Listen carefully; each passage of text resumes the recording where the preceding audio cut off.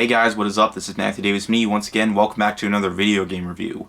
With Hyrule Warriors Age of Calamity coming out, and it's actually the 22nd anniversary of Legend of Zelda Ocarina of Time, I felt like talking about another Zelda game with you, mostly in honor of Hyrule Warriors Age of Calamity coming out.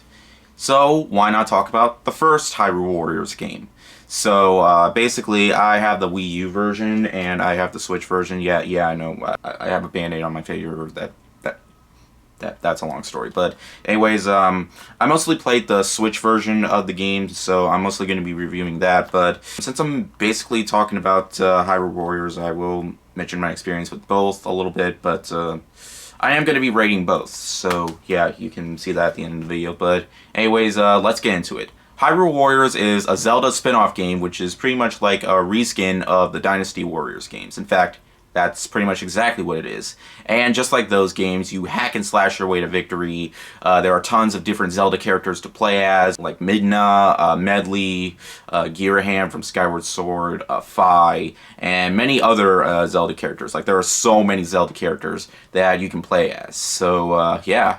It definitely has a lot of fan service. There's a story mode that isn't too long, but there are other missions you can partake in other modes as well. In the Wii U version, if you wanted the other character packs, you had to pay for them, but in the Switch port, you can unlock them by going into Adventure mode. Now, like I mentioned, this game is way different than all the Zelda games. It's pretty much, like I mentioned before, it pretty much is a reskin of the Dynasty Warriors games. If you're wondering, I never played any of them. I just played this one because, hey, I'm a big Legend of Zelda fan, and I did have quite a bit of fun with this game. I love how there are RPG elements, and you can get certain materials to make your character stronger, like they have certain abilities, and they have their own like perk charts where you can make them stronger, get them more health, and stuff like that. It was really fun to do, okay, and it was something that I enjoyed doing. Like, you can make them stronger, you can get them better weapons, and as you beat enemies, you can level up more as you beat the enemies, like the small ones and the really big ones, and there are a lot of them throughout. And I love how it has lots of my favorite characters from the games that you can play as, okay? I just wanted to play as all the characters they put in this game. Except for Tingle. I don't like Tingle. Sorry. Now, for those who aren't really big into Zelda, I feel you may not have fun with this game. I feel like it just depends on what you want to see. And while I think the combat is fun, I could say it does get pretty repetitive really quickly, as you can mostly just breeze through the game by pressing just one single button. And in each mission, you pretty much do the same thing. Like, you have to defend certain areas within the game, and you have to escort some people. Ugh. Escort missions. Why did it have to be escort missions? There aren't that many of them, but it's mostly a defense game. Like, you have to stop the enemies from going into this area and from going into this area. And while there are easy difficulties that you can switch up, like there's easy, normal, hard, but the hard mode doesn't really get hard if you like fully level up your character. It pretty much just makes you overpowered and kind of breaks the game.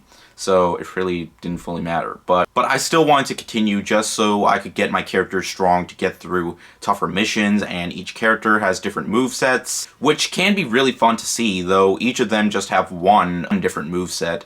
I would have liked to have seen at least two from each character. Now, despite my issues with the game, I still think it's a really fun one. As a fan of Zelda games and hack and slash games, this is one I'd recommend if you're a fan of those as well.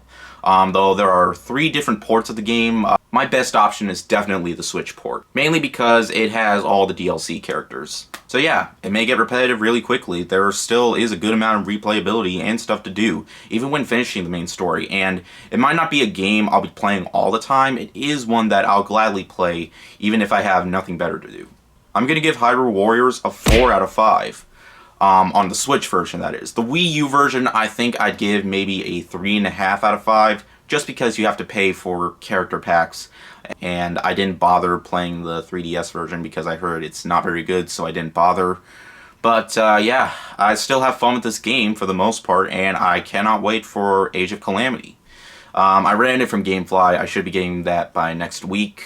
Though I'm going to be with my dad on Thanksgiving, so it might not be there before then, but I will have my review out, and I will play the game as soon as possible, because I really, really want to play the game, because I heard it's kind of different from this game. But anyways, thank you guys so much for watching, and I'll see you guys later. Word out.